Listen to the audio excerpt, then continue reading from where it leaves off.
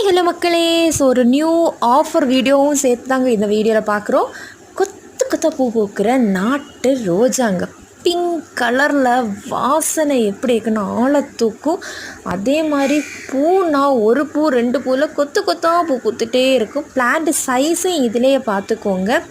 இந்த சூப்பரான நாட்டு ரோஸ் பார்த்தீங்கன்னா ஜஸ்ட் ஃபார் 80 ரூபாய்க்கு நம்ம கொடுக்குறோம். இது நம்ம வீட்டிலையே பதியம் போட்ட ரோஜா, சரிங்களா?